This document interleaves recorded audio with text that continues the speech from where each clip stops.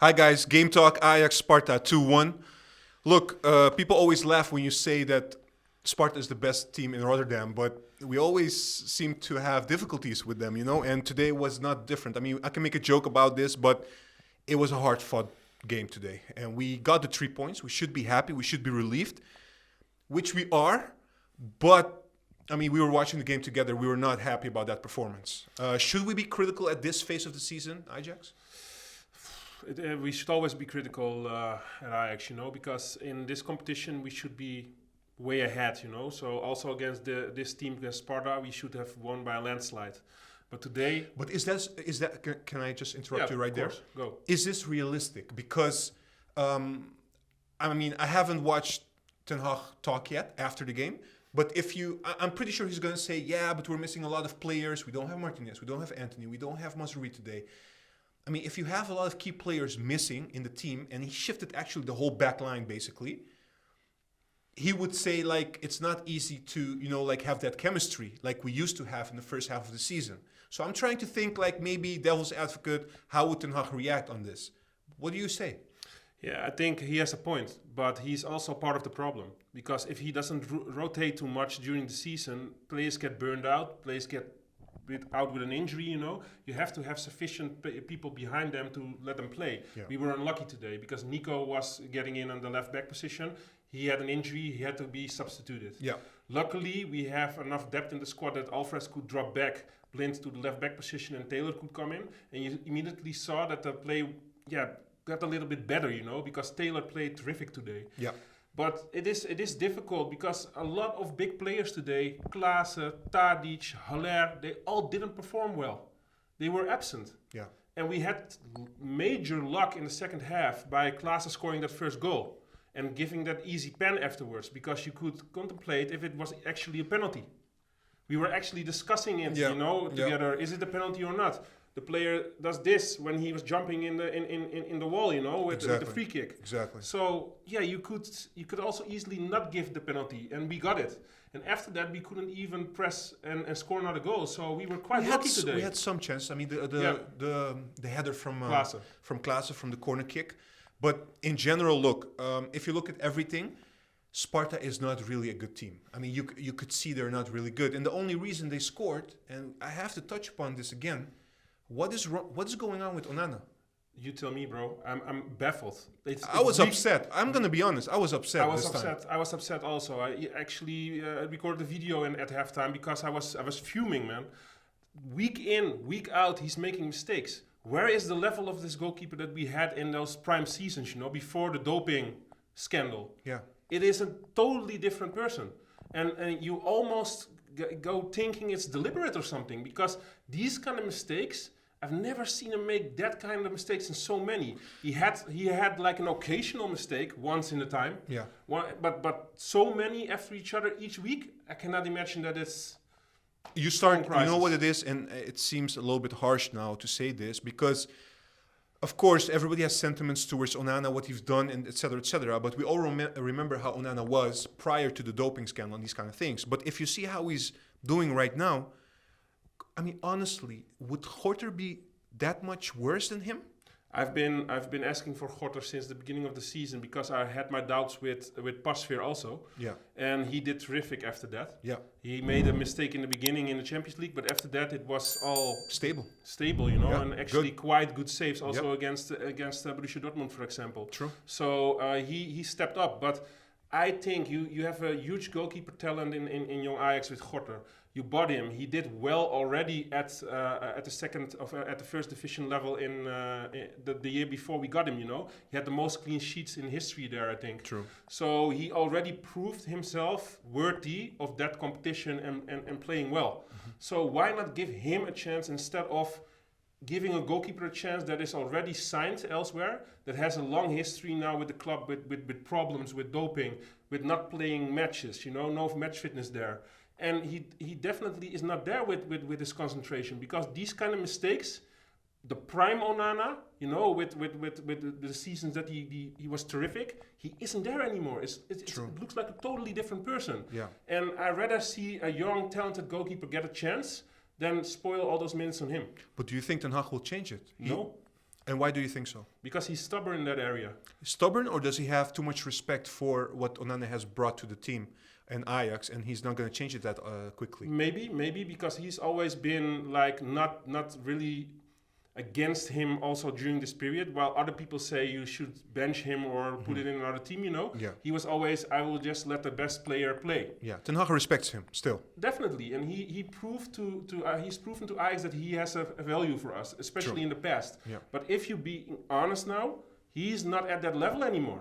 Yeah. So Gotter should deserve a chance in my opinion. So that's just my take, man. Look, we're being a little bit negative, you know. I mean, we got the 3 points, but just for our viewers, they have to realize as well, you name it as you see it, you know. Yeah. If you see something that's not correct, I mean, we got away against a lower team that is basically battling for relegation this season, and they were not that good. And look, this is not one time. We've been playing this for like weeks. We always escape at the end. I think we have, it's safe to say like the individual quality that we have in the team always comes out sooner or later throughout the game, the games we've played.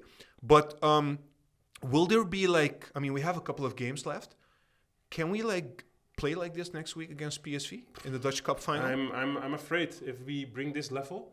We've had narrow escapes week in, week out now for several matches. Yeah. So I'm glad. Maybe we'll do it again. I'm glad we got the 3 points. Yeah, maybe we'll do it again. Maybe we're putting in a streak there, you know, like narrow escapes and just banking the 3 points each time, you know. True. But there are certain things that I just don't understand. Also with Klaassen today, he played terrible, Juan. He played terrible. He scored a goal and I gave him a 5 as a grade.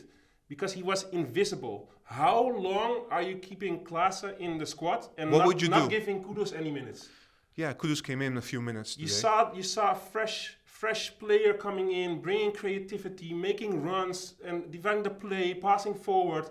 Klaassen was nowhere to be seen the whole match, almost nowhere. He had that header and he scored that goal that the keeper fumbled a bit, but he wasn't there. And this is one of our experienced players. But people will argue this is Klaassen. Klaassen will always make a difference sooner or later, matter how he plays. That's true, and that's why it's harsh to judge it. I actually tweeted about it. I'm saying like he played terrible, but this is also a quality, scoring that goal. Yeah. But I want to see somebody with the Ajax style, you know, playing beautifully, passing, falling deep, combination play. With Haller and Klaassen together, there's no chemistry there. No. He's static. Klaassen is penetrating the box. He's not making the combination football with Haller. It is just not a good matchup. Yeah. It's difficult for them. Should we blame Haller for recent performances? I mean, he looks a little bit lost compared to the weeks before. Yeah, but the crosses today were terrible also. Yeah. Let's be honest. It all has to do with a target man like him. He's not and the deliveries. With the deliveries, you know. Yeah. If the deliveries are not up to par, can you really blame him? Mm-hmm. He's a tap-in merchant, you know. Somebody calling that like Papi Ment always saying he's always making tap-ins. But to make tap-ins, you also have to make runs, and that's also a quality, being in the right position. But if the balls are not getting there, what does he have to do? Yeah, true. Look, I want to ask you something completely different. I mean, we have been asked by Manchester United channels, you also, recently again. There's a lot of rumors going on, you know, and it's becoming more and more. Today we heard that the English media is banned from being in the press conference because, of course, Ten Hag wants to focus, Ajax wants to focus on the end, you know, and try to win the prizes and everything. Do you think it's becoming a distraction, not only the Manchester United side, but also the rumors about Mazraoui and Gravenberch and these kind of things? Or do you think this is just media making out of it, you know, these kind of things? But the players and the coach, I think they're focused. What do you think? I think they think that they are focused, but I think this has influence on anybody. How? Because you are having conversations, for example, Ten Hag, you are having conversations with another club, you know, during the season. Yeah, well, his management is. His management, but also he's also during the management. In the process. He's in the process there, yeah, you know. Yeah, so exactly. I think this has influence on you, even though he is saying, I'm trying to focus on Ajax. I think it has influence. Same what with about the players? Yeah. Same with the players. Gravenberch is about to sign probably for Bayern München. Mazraoui, he wasn't playing today because he had an injury. Other players, you know, being linked with other clubs. That's something with you.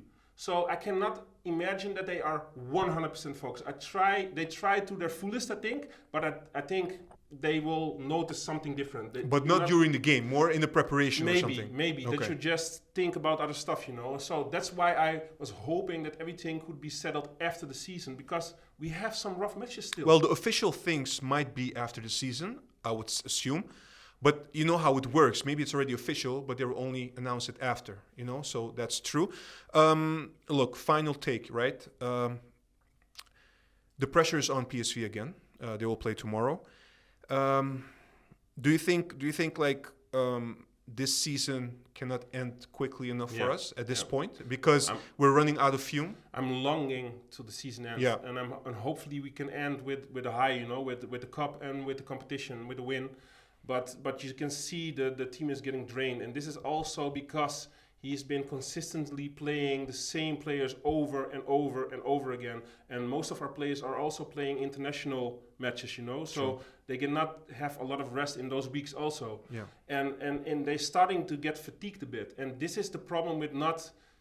We've been saying this all season, Juan, with not substituting enough and getting the other players ready. You could see with Taylor today, he was a breath of fresh air, you know. The way he played... It wasn't perfect. It wasn't perfect, but it was good. He was my man of the match. Yeah. And you could see that those kind of players can bring something to the squad. But they have to get some minutes. And now he was forced in the 30th minute to substitute. But on his own, he would not have made that substitute there early. True. So this has something to do with it. And I just hope we can just end the season and keep getting those points, even if it's ugly. True. Yeah, let's just get the championship and the cup, and then we will see next season, man.